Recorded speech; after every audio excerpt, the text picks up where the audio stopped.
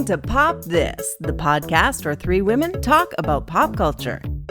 Here are your hosts, Lisa Christiansen, Andrea Gin, and Andrea Warner.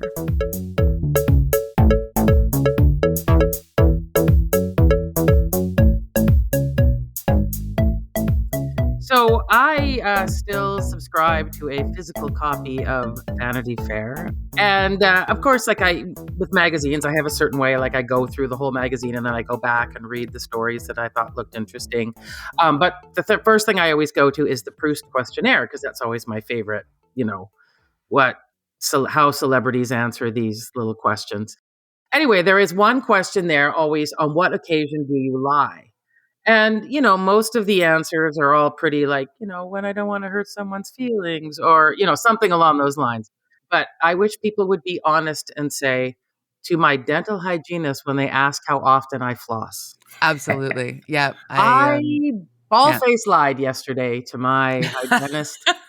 100% after the whole process was over. She knew, we knew, we were both, know it in the feeling of what that lie looked like. Was all, probably 2, 3, 4 times a week, maybe. And she's, oh, that's great. Just in the evening. Yeah, just in the evening, and how did that feel, Lisa, when you were doing it? I've done it a million times. I mean, do you not lie to your dental hygienist? I floss every day, so okay. I guess I don't. Wow. AG, amazing. Yeah, wow. But to be honest, sometimes the hygienists have very high standards, so I don't think you're ever going to please them, no matter how much care and upkeep you do of your teeth. Your teeth aren't going to be perfect when you come in for a cleaning, which is what they wish for, so they don't have to do so much work, right? And so I think you're just never going to make your hygienist happy, so I don't think you should worry about it. I disagree. I think they are gaslighting you into thinking that the reason your gums are bleeding after a cleaning and the reason it hurts so much is not because they are sadistic, but rather they want you to they want you to blame yourself for not flossing sufficiently. It's a way of getting them out of being blamed for how uncomfortable you are. Wow, incredible. I love that Joe's just coming in hot, just taking aim at dental hygienists who are apparently just sadists with a medical degree and some Do they have a medical degree? No, I think they have a dental hygienist degree or whatever. Some kind of, they've got certification. No, they do. Yeah, they're for it. Yeah. They don't, yeah. But I guess it's just a quick trip to between am I going to be a dental hygienist or am I going to be an S&M dungeon master? And this is what Joe is suggesting. But it's but it's true. I feel also there was the other question how are you brushing? And I'm twice a day in the morning and the evening, and she's regular or electric toothbrush. And yeah, they really try to push the electric. Right? Yeah. I know. I bought one and I hate it, so I never use it. Ours was no, don't do electric because it's too abrasive. They were no, you're because I did use electric for a little while, and they were no, it's too much for you. You don't need electric. And I was oh, okay, well, cool, thanks. Wow. Okay, I don't know. Now I just feel now I also noticed that I used to, obviously this is a mistake, but I used to think that a hard toothbrush would be better, but then when they give me the free one, it's soft. So soft. Yeah. And and anyways, they're at the end, back to Joe's point, it looks like you're going to have to come back in 4 months rather than 6 months. Yeah. They have started to do that 4-month thing instead of the 6-month thing. Yeah. Now they have told me that that's more of a scaling issue. They want to make sure my gums are okay. Cause I guess I'm getting to the age where your gums are starting to do silliness or whatever. But I do feel it's they're upping their frequency a little bit. And I feel they're just testing the waters to see how far it can go. It's the undercoating on your new car purchase. I'm deeply suspicious. I love this hard skeptic energy you're bringing to this. Dental hygiene arena. I think it's because I'm doing my best. That's what I feel like I'm doing. Exactly. And for me, like I've always been really consistent in, like brush 2 times a day, floss every day. And if and when I ever get feedback from a hygienist that it's just like, oh, you could be doing more. And it's like, no, I can't. I'm not willing to dedicate any more of my time than that to taking care of my teeth on a daily basis. You're doing the max. Like you are what I aspire to. I'm a gross mouth monster compared to you. Can I just say that in a lot of movies, though, I've seen they do floss in the movies, and I wonder if Big Dentist has got to the movie industry because you do. You do. I watched a movie and they're always flossing. This episode has turned into a real anti-dentist kind of. I'm absolutely like just losing my mind here as we've come full dental conspiracy theory. Yeah. No, I don't mean to. I honestly, I have a holistic approach to my dental work. I realize it's part of my body, and I don't know why they're separate. In a way, right? It's very strange how we don't think of them in the same way. But if I go to my doctor, I'm just saying that my doctor is never judgy. It's never, I never feel some sort of, so how are you taking care of your body? Oh, I don't know. Like, are you doing all the right things? And then you say no, and they're like, wow. Oh, that does not happen. I do feel judged by my doctor for sure. Do you? I have in the past tremendously. Oh, okay. But it's so many different experiences. I just had to have both a crown and a root canal in the last month. And first it was just going to be a crown to take care of a tooth that it was just going to need a crown to stay good. And then as they were doing the first half of the crown part, they're like, oh, actually there's kind of an old cavity under this. So we're going to I can't remember what the term was. Something like capro, they were doing something. They're like, just so you know, you might need a root canal for this tooth, but that can happen after we do the other half of the crown in a couple of weeks. And I was like, but if I need it now, shouldn't I just get it now? Why would we put the other half of a permanent crown on my tooth and then do a root canal? That's anyway. And they were like, well, sometimes your insurance won't cover it if it's sort of a preventative thing. And so just let us know whether your face hurts. And if it doesn't go away in a couple of days, you'll need to go for the root canal. Wow. So I already have because it was a really far back tooth. They were a back molar or whatever. And so I already know that my nerves in there and my sinuses are quite sensitive to tooth work and having things done. So it was the Thanksgiving weekend here in Canada, and my tooth was just radiating pain through my face. But I was also recovering from a sinus infection too. So oh my gosh, it was a real double whammy. I was quite displeased. And then I got an appointment, one of those we can take you at 8 a.m. because we leave this open for emergencies or whatever. So I went to this person for the root canal because apparently your dentists don't do root canals. They'll do crowns, but they don't do root canals. So I had to go to a special person.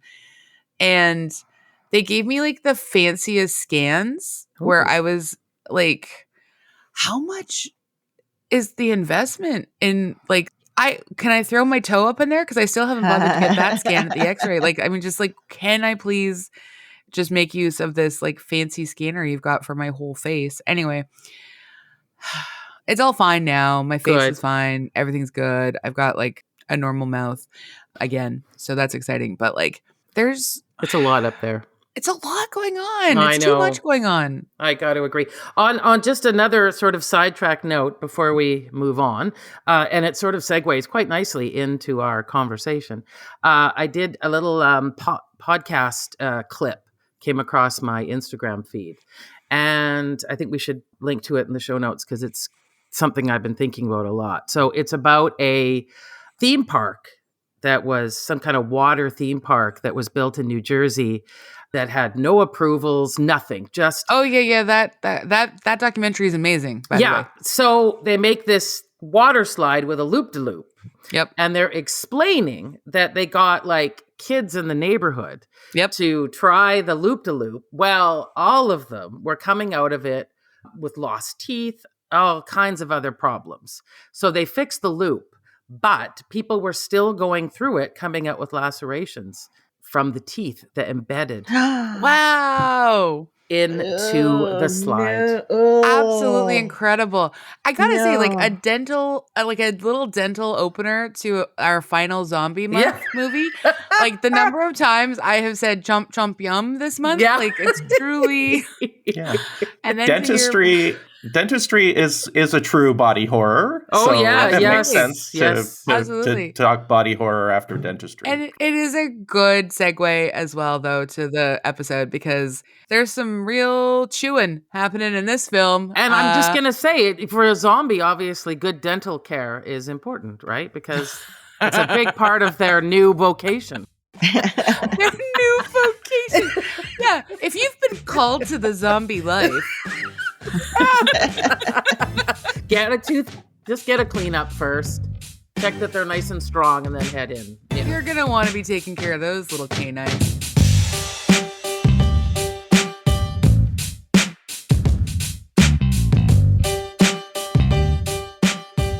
I'm Andrea Warner. I'm Lisa Christiansen. I'm Andrea Gin. And I'm Joe Clark. Yay! And you're listening to Pop This. We're so excited to have you back with us, Joe. Especially as, in your capacity, not just as a dental hygienist, truther, excuse me, truther, but just like as a lecturer in film studies at Simon Fraser University, who absolutely recommended that this was the movie that we for sure had to do and definitely close out Zombie Month with. Because, thank you, Joe.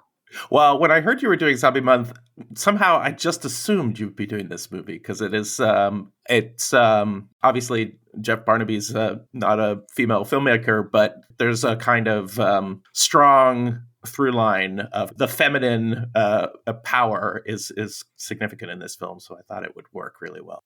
Well, I think there's definitely sort of a bit of a conversation there for sure about when one of your characters gives birth in a boat and there's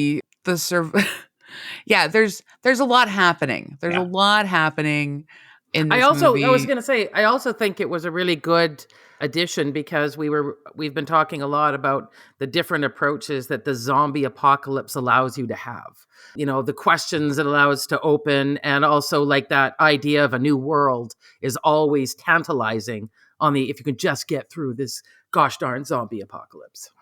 Yeah, like this one yet again presented a completely a different picture than the other movies that we've seen about even how zombies behave, and kind of the parameters of the story are slightly different, but it obviously falls within the zombie genre.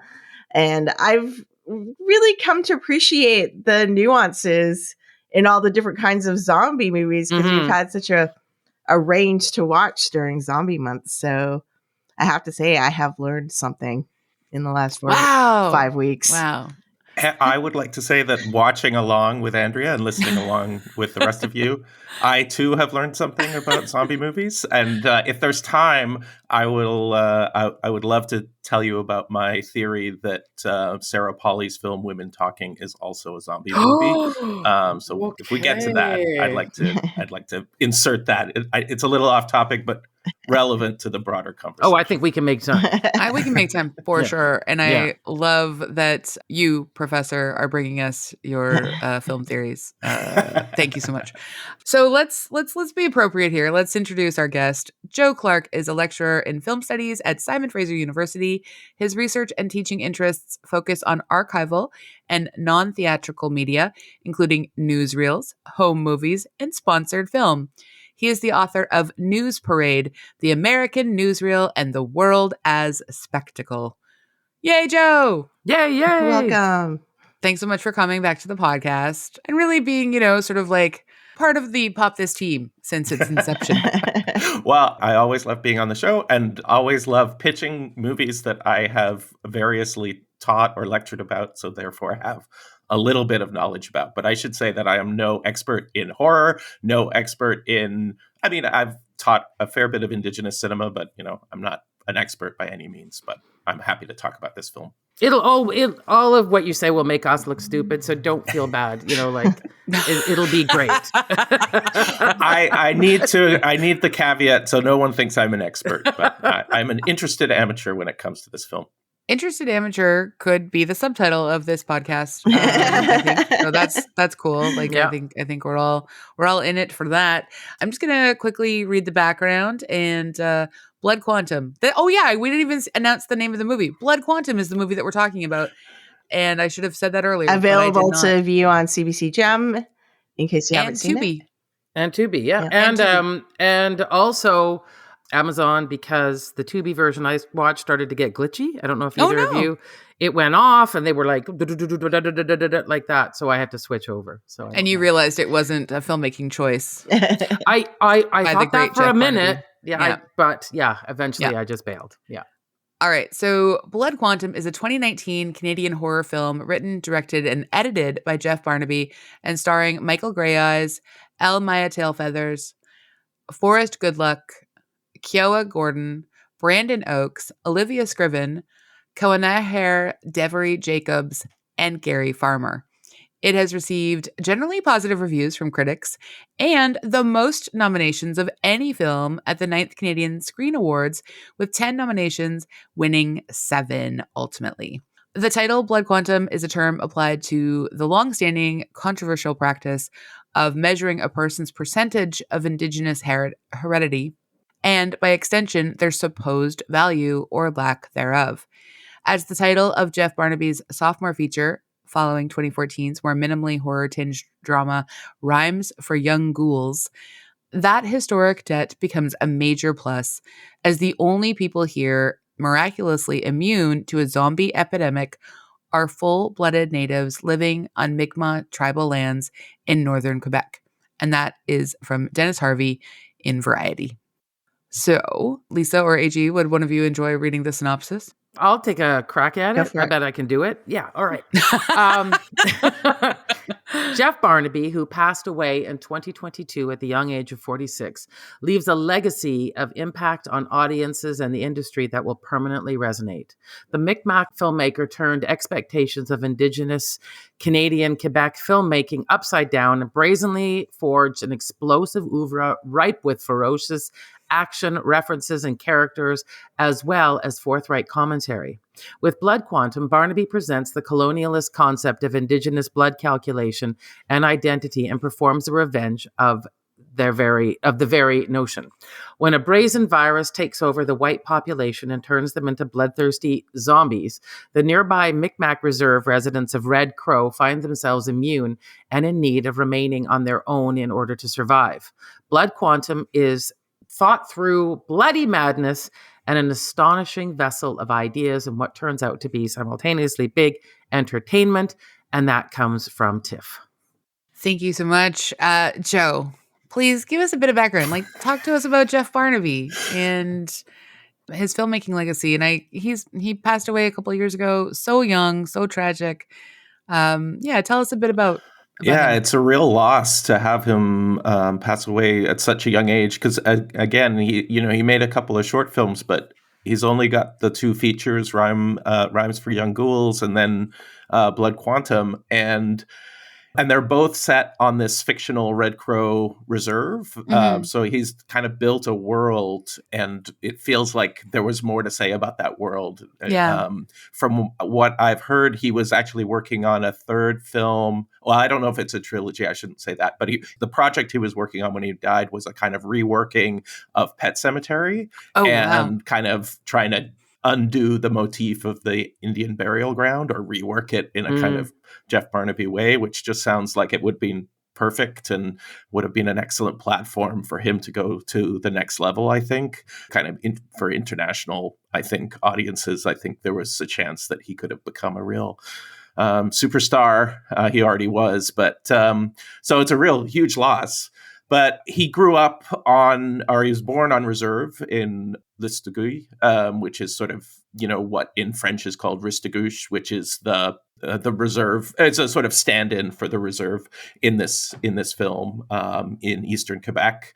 And his earliest memories are, and he's shot the film, Blood Quantum is shot in that community as well. So there's a strong connection. It's shot in the community where he grew up. So he was connected to that community. And the film Blood Quantum references a series of events. It's set in 1981, which is the same year that the Quebec Provincial Police conducted a series of raids on the Mi'kmaq fishermen and the community there, which it was incidents of police violence and Indigenous resistance, which are, I think, inspirational for this film.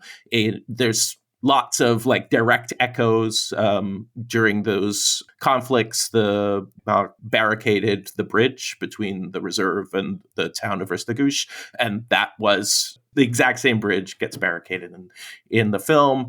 And it's also kind of a cinematic legacy because Alanis Obomsawin, the kind of superstar of Indigenous documentary in Canada, made a film in 1984 called The Incident at Restigouche, which was about these police raids. They raided the Mi'kmaq Reserve to confiscate the nets that Mi'kmaq fishermen had put in the river while they were asserting their fishing rights over the salmon in the river. And again, obviously the salmon play a huge role in Blood Quantum. So there's lots, again, echoes there. And Alanis Obomsawin's film was, there's echoes of the film. So there's echoes of the incident in Blood Quantum, but there's also echoes of the film in Blood Quantum as well. If you remember the last scene, or close to the last scene, one of those animated sequences when the grandfather draws a line and says, this is the line that you can't cross. That's a direct quote from an elder who he had an axe, but he describes in an interview with Alanis Obomsawin drawing a line and saying, you cannot pass this line to the police. And so Barnaby quotes that elder in the film. So he's very much thinking about both this incident, which happened when he was a young man or a boy, 4 or 5 years old. His uncle was one of those arrested, was featured in Alanis Obomsawin's film. And he had everyone in the cast and crew watch Alanis Obomsawin's film before they started shooting. So it was really a kind of touchstone. And there are other ways, that you could see that it's not just that film, but also a whole tradition of Indigenous documentary filmmaking in Canada, whereby documentary has become this means by which Indigenous filmmakers could assert Indigenous sovereignty through cinema. So one of the first films made by the NFB's, what was called the Indian Film Crew, was a film made by Michael Mitchell, who made a film called On Indian Land in 1969. And it's ostensibly the same story. Police, Indigenous people asserting their sovereignty, their land rights, confronted by police and police violence, and standing up to that. And obviously that's Canada's history, and Canada's relationship to Indigenous people is a series of conflicts about land sovereignty, but it's also one of the enduring qualities of Indigenous documentary in Canada has, for obvious reasons, taken up those fights on screen.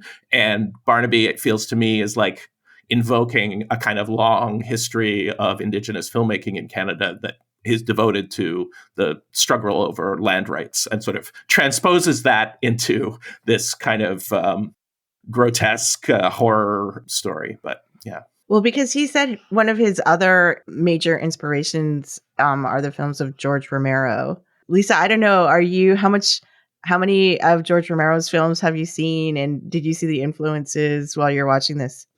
Absolutely. I mean, I think we had that conversation when we chose the remake of Day of the Dead and Dawn of the Dead, or Day of the Dead did we do? Dawn, right.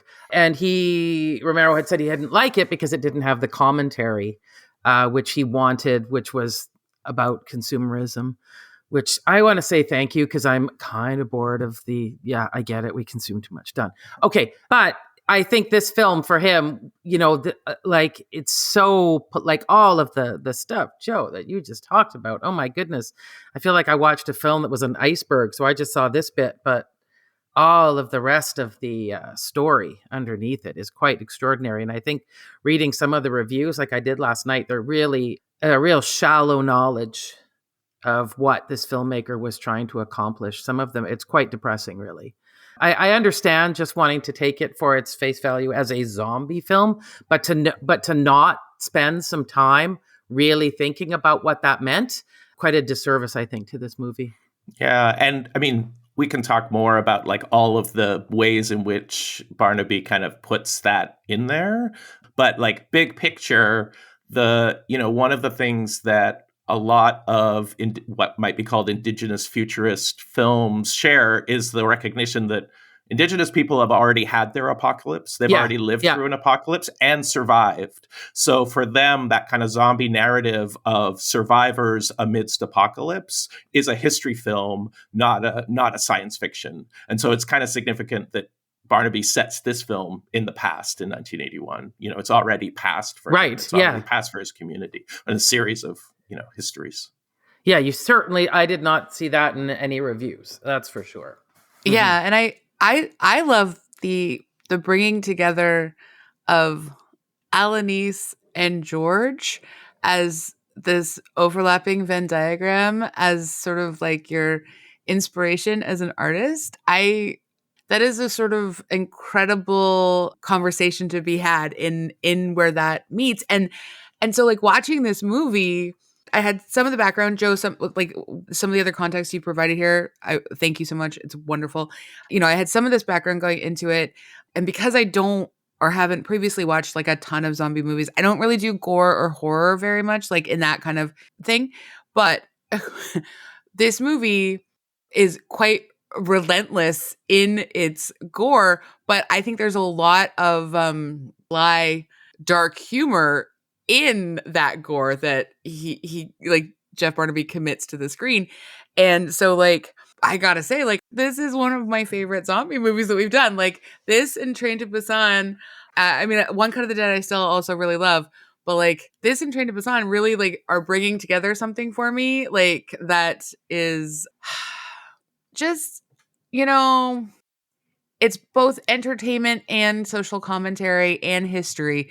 And I can't get enough of that combination. Like I was not prepared for some of the more body horror pieces, but I loved it. I loved it. I was thinking about that too in the scenes that, I mean, if anyone's just listening to this review, even though Indigenous people are immune to the virus, it doesn't mean they're immune to getting killed by something that eats your body. Yes. I mean, you can still die a normal, grotesque way. But I did, at first I was, closing my eyes in the scenes where the zombies they just overtook our Indigenous characters and ate them. And then I thought, oh, I bet he's just lingering on this because this is what it feels like.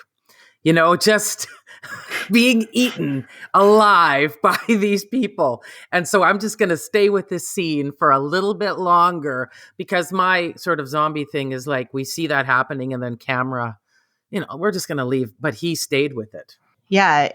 It feels like this is, as Andrea was saying, like for a creative finding such a niche like this of your two interests and then having that eureka moment where you're like, I can create something totally original to me because like of my two obsessions and pack it with all of these feelings and ideas I've had based on my life experience. And it's just resulted in this film that we watched that it's just, there's so many different things to unpack. And I'm sure I missed like a bunch of it upon first watch. Like I just went over my head and like reading about it, I think will help you before you watch the movie. So you're more aware of why they're doing these things and why you're seeing these particular scenes or why, the zombies are behaving this way or whatever.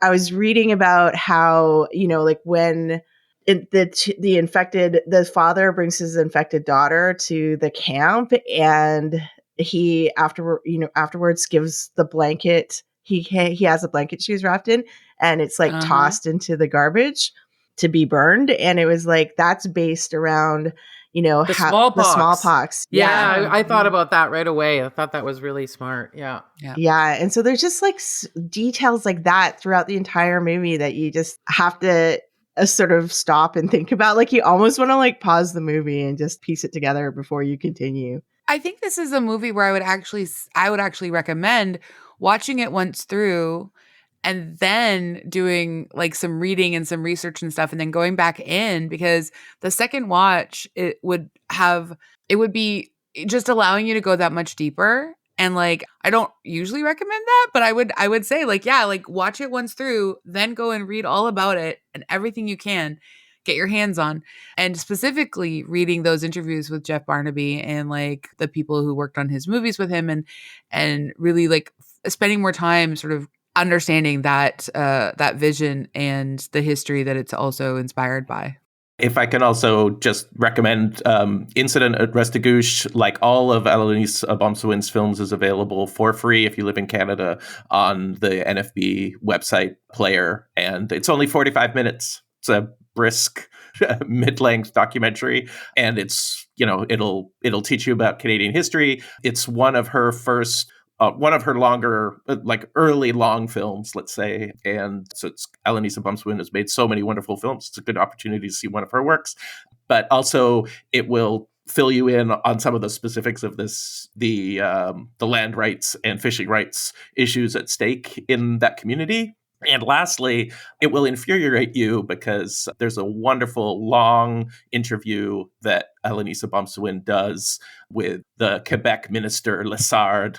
He's such an arrogant jerk that Alanis Abomsawin has to set aside her kind of journalistic objectivity and just takes him to task. And seeing him confront him with the hypocrisy, because he's essentially saying that like Quebec sovereignty requires that they assert power over the fishery. And as the chief of the Mi'kmaq has been arguing, well, we're just asserting our sovereignty, so you should understand that. Yeah. Because Alanis Abomsawin just takes this Quebec minister to task. It's a kind of iconic scene from a Canadian documentary. I highly recommend it. So, quick question, Joe. When you're teaching this, do you start with the documentary and then the film, or? Often, yes. Yeah, okay. So the last time I taught this, we did a section on Indigenous documentary in Canada, where I showed you are living on Indian land. Oh, sorry, you are on Indian land.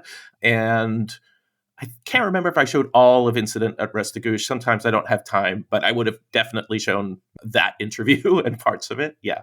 With this kind of movie, the other thing I was sort of thinking about is it's actually very beautifully shot. Mm-hmm. Like I was really pleasantly sort of just like mesmerized the whole time, and in every sort of different setting, like even after the 6-month time jump, and then the incredible shots on the bridge, and then the beautiful finale on the lake or river. I don't know what the body of water is, but anyway, it's a really beautifully shot film. Mm-hmm. Yeah, those first shots, as just the establishing shots for the community, when it's also these are establishing shots, but then they slowly, literally turn on their side to give you this sense that this whole is a world upside down. It's really a great atmospheric and a beautifully shot intro. Yeah, I also really like that element of the 6 months later, because generally, like with most, zombie films, it's really about the here and now, how everyone's adjusting. So, I like the ones that go, okay, what does this look like now? Like, okay, we've had to adjust to this. So that, I thought that was a really interesting, it's almost as if, I don't know if I'm pushing this too far, but like a lot of films, one of the complaints I've heard for Indigenous people with when they're taught about in Canadian history, it's contact and then they disappear. They don't show up anymore in any history of our country here. So that was a really interesting way of saying, nope, it wasn't just the contact that was the issue. It was after. Yeah. And I feel like it's so fascinating that we get this sense of like 6 months later to see what it looks like in this survival and like in this, what they've built here, and managing conflict and like historical conflict and trauma, and like that, the way that sort of like settler colonial violence is not just like an external zombie threat, but is has poisoned inside the community that's like survived and is wreaking its own havoc there as well. And I think like Lysol is one of the most fascinating characters I've ever seen in a horror movie.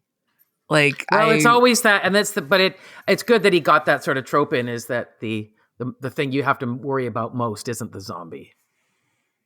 Yeah, it's that person that you're living with. But like, just thinking about like one of the interviews with Jeff is where he's talking about, let me just find it here. He's talking about how Lysol he's like this he says, sorry, I want to quote where the interview. So the interview is in Vulture. Jeff Barnaby was doing the interview, and he says, Lysol is this self-loathing post-colonial native person because he grew up in an environment that was trained to effing hate him. And he goes on to give some examples and things like that. But, you know, he's talking about how Lysol's going to be angry and self-destructive. And the worst thing about it is he's going to be righteous in the sense that he knows he's right.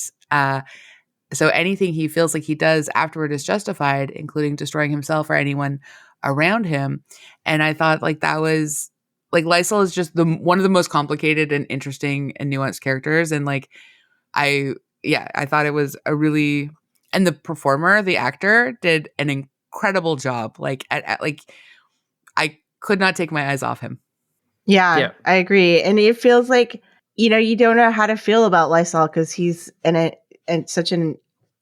he's antagonizing who you see as like the sympathetic characters in the film a lot of the time. And just coming to understand, like, you know, like over the course of the movie, coming to understand that like all the stuff that he's been through and, you know, like all the trauma that he carries with him and stuff and how it's manifesting and causing him to act in these ways. And yeah, like you start to grow like a fondness for Lysol, even though he is this like hard and often antagonistic character.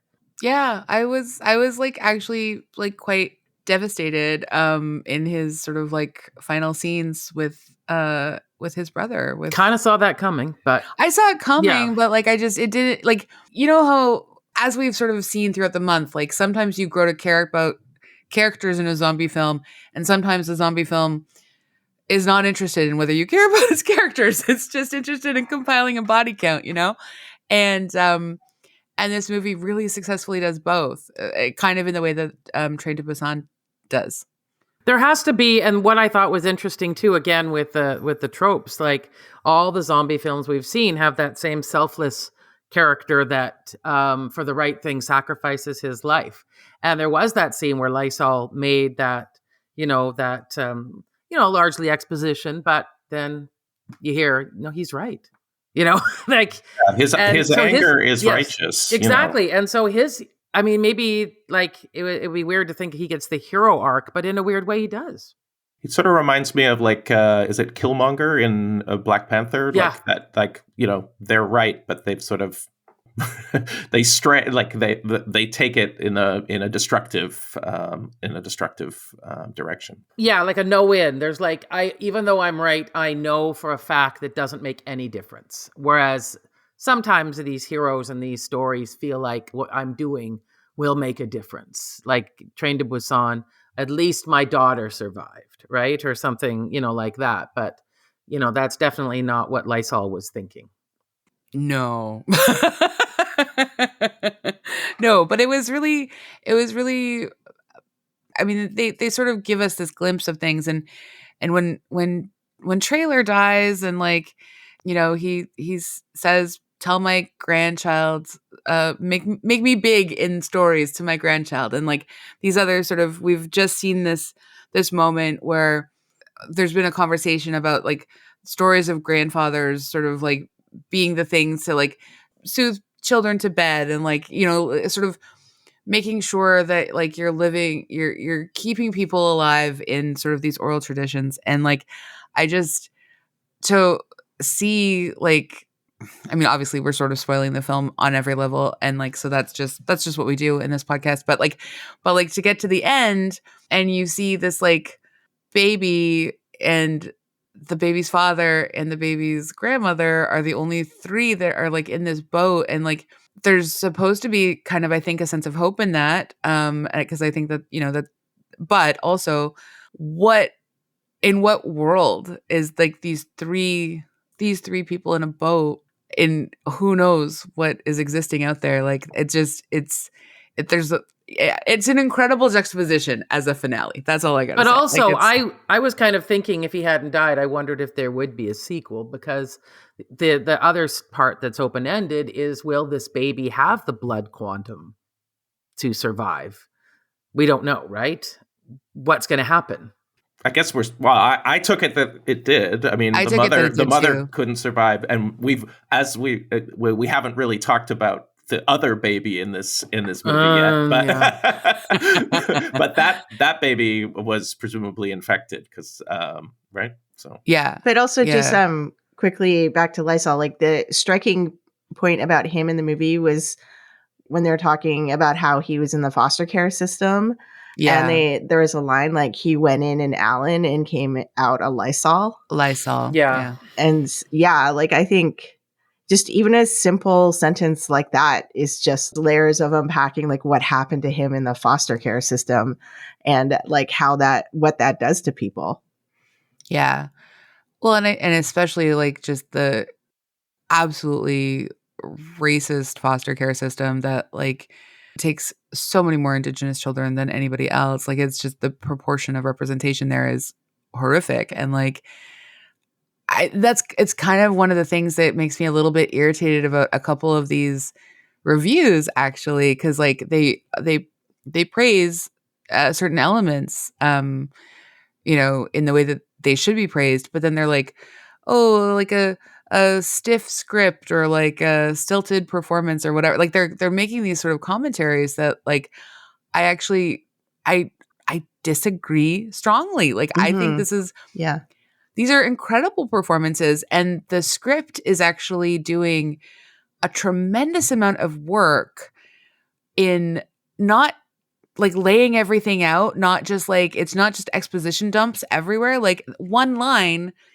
is sort of hinting at the horrors of a very dark, not history, like ongoing practice, So like heading to the church at the end as well, right? Yeah. All of it, And I think there's like so much brilliance in this script and in the performances. Like, yeah. I'm not going to defend those bad reviews because they don't get it. But I think one of the things that is great about this movie is that you can just watch it as a horror movie without any of the background. And if you do like that, it's still a really great movie. And in fact, like kind of appeals to true... I don't know, Lisa, maybe as the true zombie movie aficionado, you can talk more about this. But it seems to me like we've talked a little bit about the gore, but the gore factor is like, to me, that's there for real fans of the genre. Like, because if you wanted to just make a social commentary film, you could have the gore take place off camera and make it more suspenseful and make it more kind of low key. This is like an art house zombie movie. This is a grindhouse zombie movie all the way.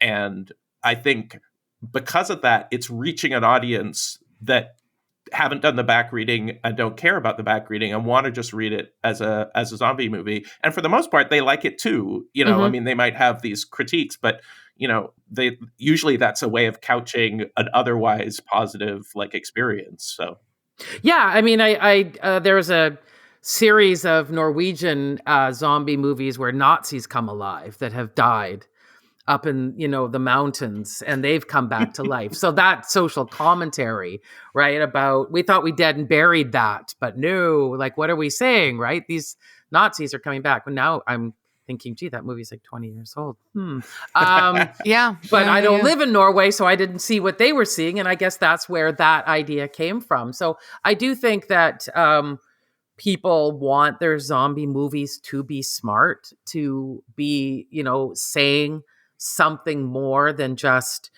shoot him in the head, or any of those things. So I do think it fulfills that, and I think even the when the Dawn of the Dead didn't have all the social commentary that George Romero wanted, it still had some. We were still in this story with these people in a mall. We watched a security guard become a hero, right? The lowly security guard we don't trust and we don't think very highly of becomes so all of these movies have one of those at their core. They're trying to say something more about what happens when the apocalypse happens, and it's not just environmental, it's actually people coming back who want to eat you. Yeah. Maybe this is where I can just tell I can voice my theory about Sarah Polley's women talking. Andrea's going to roll her eyes because she's already heard this theory before. But when I heard you guys talking about Dawn of the Dead, it didn't occur to me when I watched the film, but when I heard you talking about the film, just because Sarah Polley's the connection, Sarah Polley almost leaves Hollywood in part because of that Dawn of the Dead movie and other experiences, and then goes away, makes some documentaries, makes some other films, and eventually, makes Women Talking, which I think you can read as a kind of zombie movie. It is about a group of people who have the danger is outside and needs to be kept outside because the men are away. The men are infected with the disease of violent rape culture, patriarchy, what have you. But there's also that the real risk that some of those on the inside might already have been infected, and it's unclear. So the little boys that are with their mothers, have they been infected with this disease already? Are they going to become monsters? And so that dynamic of there being a kind of group of survivors, these are women who have survived tremendous violence and trauma, and the outside threat, but also that kind of the insidiousness of the potential for there being an inside threat. And you see that in Dawn of the Dead. You see that in so much in Blood Quantum. So that kind of inside, outside, the infection, how it kind of insidiously enters even what you think of as the immune or the safe group. So it just made me rethink Women Talking as weirdly having many of the same kind of dynamics and narrative tensions at work in these zombie movies, which is both a way of kind of, saying, yes, zombie movies can be about serious things, but also thinking about maybe it can work the other way, where the zombie movie is the metaphor for the real life horror, not the other way around. That's the thing about this movie is the zombies are the metaphor for the real life horror, sure, Yeah. And that's the other thing that has been, I think I've said it since the beginning of Zombie Month. I was just I'm glad we're doing it now and not at the very beginning of the pandemic, because we are still in a pandemic. And this is one of Jeff Barnaby's points at some point in one of his interviews. He's talking about there are pandemics, it's plural, and this is real, and it is affecting so many people. Just this idea that there's an end to a pandemic is flawed, and it speaks to your privilege if you think that the pandemic is over in any way, shape, or form. And so I think this is this is why I'm glad we're watching these movies at this stage in the pandemic and not earlier on, because I honestly don't think I would have been able to handle it. I think I was really, and it's not that I'm more immune to things now. Well, maybe I am. I don't know. That's what happens when things get normalized for you. But but just continuing to sort of think about, just even thinking about something as simple as sort of masking to keep other people safe, and what the community aspect is, and late stage capitalism asking people to just go to work and infect other people. Anyway, it's all there. It's all here. It's in this movie. It's everywhere. And having a movie like this, where it's taking on anti-capitalist stuff, it's talking about late stage capitalism. It's talking about, ongoing colonial settler violence and genocide. This is a very relevant movie for this moment in time. And I hope everyone watches it. I know we're, does it pop? Oh my God. Absolutely. Big pops. Yes. Yeah. Many bullets to the zombie head. I pops guess like a chainsaw right through your skull. That's right. Yeah. Truly, the chainsaw. I was like, oh, yeah, this is great. This is That was another great line where when he uses the chainsaw for the first time and he says, "I got a new chain." I know. Yeah. But we should also mention, we probably should have mentioned this off the top, that because Lisa, it's important for you to know those does the dog die warnings in movies, and we failed to tell you about this one. So apologies for that. And literally the first scene of the movie, I was just sitting there going, okay, here we go. Because the flip side of that is, spoiler alert, the dog is undead. The dog does come back to life real fast. Yeah. And if you have a problem with killing fish, they come back to life too. So there you are.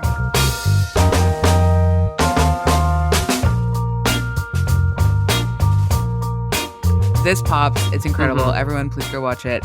Joe, as our special guest, would you like to go first with what you also recommend at this moment? Sure. I thought because, we didn't actually talk very much about the wonderful performances in Blood Quantum, but I want to give props to Elmaya Tailfeathers, who is just great in everything she makes. And so I thought I would recommend The Body Remembers When the World Broke Open, which is a film that Elmaya Tailfeathers stars in, but also co-directed with Kathleen Hepburn. It is an absolutely it's a kind of gorgeous masterpiece of filmmaking. It's all shot on 16 millimeter in super long takes in real time without cutting. There's sort of 3 or 4 extended scene, or maybe more than that, maybe 6 extended scenes in the film. Tells a story of 2 Indigenous women that come from very different kind of class backgrounds, but meet on the street when Rosie, who's played by Violet Nelson, wonderfully by Violet Nelson, I should say, is trying to get away from her abusive partner. And Elmaya Tailfeathers' character sort of quote unquote rescues her or tries to rescue her. And the dynamic that develops between these 2 women based on their expectations of one another and their relative privilege, to Indigenous women, but with different social economic status, different cultural status, different relationships to the city. Such a great film about East Vancouver. If you live in Vancouver or if you visited Vancouver, it's such a beautiful rendition of the city. Well, I shouldn't say beautiful, accurate rendition of the city. It's it's the city in all its grittiness. And I can't recommend it enough. So I think that's also available on CBC Gem right now. So watch it there. Thanks, Joe. That's great. Lisa, what about you? Wow. Am I going to go? I appreciate, Joe, you doing the work to bring these 2 stories together, but I'm heading way off course here. So last night on Netflix, I watched a movie called Mrs. Harris Goes to Paris. Oh, Anyone? Yeah, I've seen that. Yeah. I hadn't seen that. And so basic story is that Leslie Manville plays this cleaning lady from London. It's post-war. Things are still pretty bleak in London. She's still mourning the loss of her husband in the war, and she gets a dream that what she needs to have is a dress made by Dior in Paris. So she has to get her money together to go, and it's funny. It's a really beautiful, sweet movie, but at the same time, it's very, very, very sad. And but also it's just so extraordinarily beautiful to look at. The kind of filtery blue look that has that 50s old-fashioned look. I just loved every single second of this movie. Yeah, it's very good. Yeah. Nice. Awesome. Okay, AG, what about you? I'm going to recommend a movie called Adrian and the Castle. It's a documentary I saw earlier this year at Doxa, but it's now screening at VIF, the VIF Theater. And I think by the time this podcast comes out, there's going to be one more screening on Tuesday, November 5th. I highly recommend watching it. It's about this couple where his name is Alan St. George, and he fell in love with his wife, Adrian, at the age of 13. It was love at first sight. And it's this story about their romance, the celebration of like this grand romance that they have. How old was he? He was 13 at the time. Oh, okay. Yeah. So they're both 13. I think they're around the same age. Yeah. Okay, good. Because I was really kind of like freaked out for a second. Sorry. I wasn't sure if we were doing a Picasso thing or what. No. Okay. Yeah. But they buy a house, and then like he's an artist, and he proceeds to transform it into this castle based on like the things that she loves. And there's like images of her everywhere and frescoes, and it's like she's this muse of this grand house that they build together, and he's the artist, and it's just this beautiful love story. And very moving. I highly recommend it. It sounds like it will make me weep. It will. Yeah, thank you. It will. Yeah, okay, good. Yeah, I think it probably is happening. Sorry, I think it's probably before the podcast comes out, but I think they're doing a costume party for one of those screenings on Halloween for Adriana the Castle, or around Halloween. Because she's known for her glamorous dresses and outfits. Yeah. Oh, amazing. So, incredible. Okay, well, I'm going to go in another different direction. I would like to recommend a book called Hair for Men. It is the second novel by Scotiabank Giller Prize finalist Michelle Winters. And the little line is, it teems with hot towel shaves and the steady thrum of female rage. It's really funny. It's really dark. It's really great.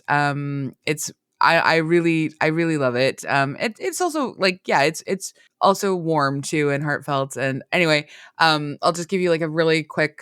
Spurred by adolescent trauma, Louise adopts a life of hardcore punk violence until she stumbles into a job at a mysterious men's hair salon where her unique relationship with her clientele shows her a more perfect world, or so it seems. Ooh, and I'll leave it there. But I would just like you, there's a lot of music references in this book. Black Flag and Tragically Hip are two of the most referred to. And I think it's great, and I highly recommend it.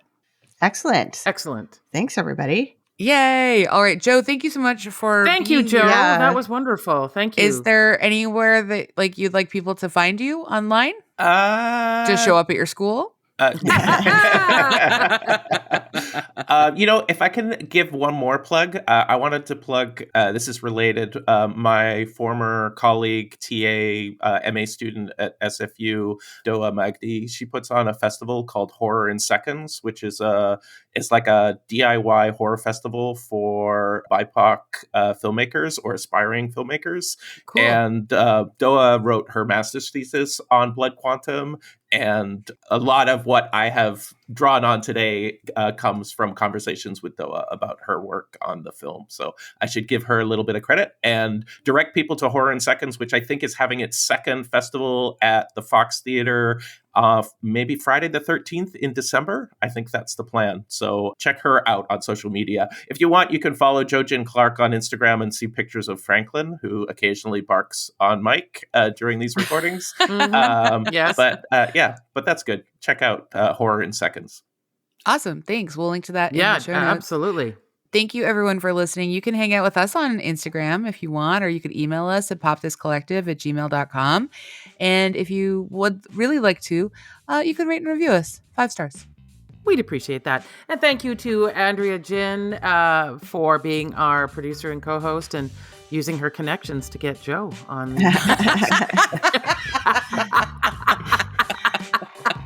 Yeah, I had to twist an arm a bit. Yeah, I know. I just want to know it's appreciated. Grease that wheel. I really hate talking about film. It's real tough. Yeah, I know. I get it. Anyway, thank you everyone for listening. Thanks everyone. It's been fun for Zombie Month. Can't wait to see what we do next year. Yeah. Bye everybody. Bye.